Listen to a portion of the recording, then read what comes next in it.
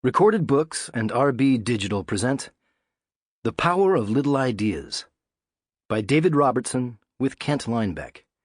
Narrated by Graham Winton. Preface. Seeing Innovation Differently. I wrote this book, at least in part, because of what I learned a few years ago from Stephen, the guy who painted my house. We hired Stephen and his crew because he had done great work on many neighbors' houses. We weren't disappointed. He did an excellent job on mine, and I would recommend him to anyone. He not only painted the house, but also helped my wife and me decide which colors to use, fixed the gutters, and did many other small repairs around the house. But hiring Stephen and his crew also illustrated something about innovation and gave me yet another reason to write this book. When Stephen submitted his estimate to me for the work, he told me he planned to use Sherwin-Williams paint. He explained that it was a good, high-quality paint, but also that he preferred Sherwin-Williams because of the service the company provided him. He told me how easy it was to work with Sherwin-Williams, how close the local Sherwin-Williams store was, how the salespeople would help us with color selections, and that the store gave him free same-day delivery if he ran out of paint or supplies. I did a quick map search of Sherwin-Williams and was surprised by what I found. Within a 5-minute drive of my house in suburban Philadelphia, there were 5 Sherwin-Williams paint stores, 6 if you count one dedicated to automotive finishes. There are only 3 Starbucks cafes within the same distance.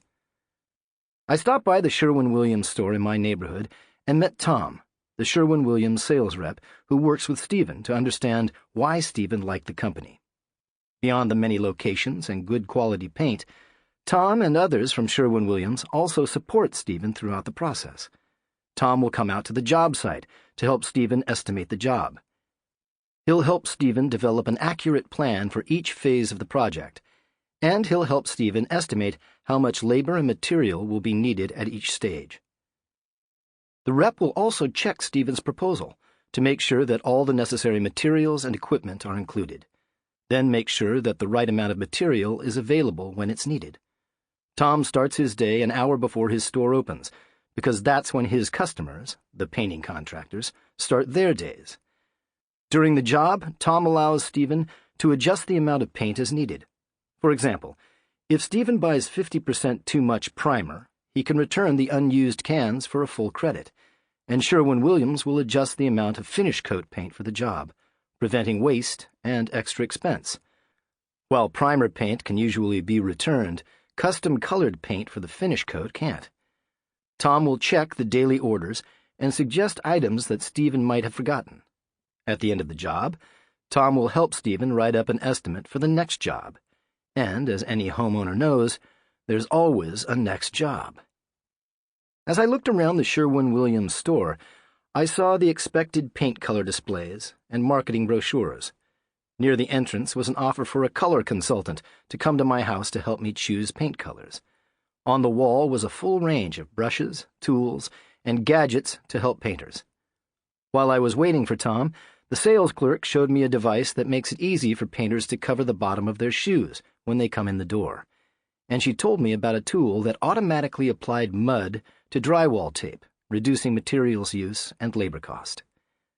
Tom told me about the annual show he attends to learn about new devices, techniques, and products for painters. He explained the contractor program that rewards painters like Stephen with increasing discounts as the volume of business increases. Sherwin-Williams is proud of the quality of its paint. But my house isn't covered with Sherwin-Williams paint because I thought the paint was better. In fact, the consumer ratings magazine I trust recommended a slightly higher-rated paint at half the price. But Stephen explained that only about 15% of the cost of a painting job was the paint itself, and if I wanted him to use a different paint, the cost of the project would be higher. Sherwin-Williams isn't selling paint. It's selling a complete service to small painting companies like Stephen's. It supports those small businesses with a complete end-to-end service, and it's doing quite well in the process. Sales in 2015 are up 46% over 2010, and profits are up 128% in the same period. The company is constantly innovating in its core product. including Sample complete. Ready to continue?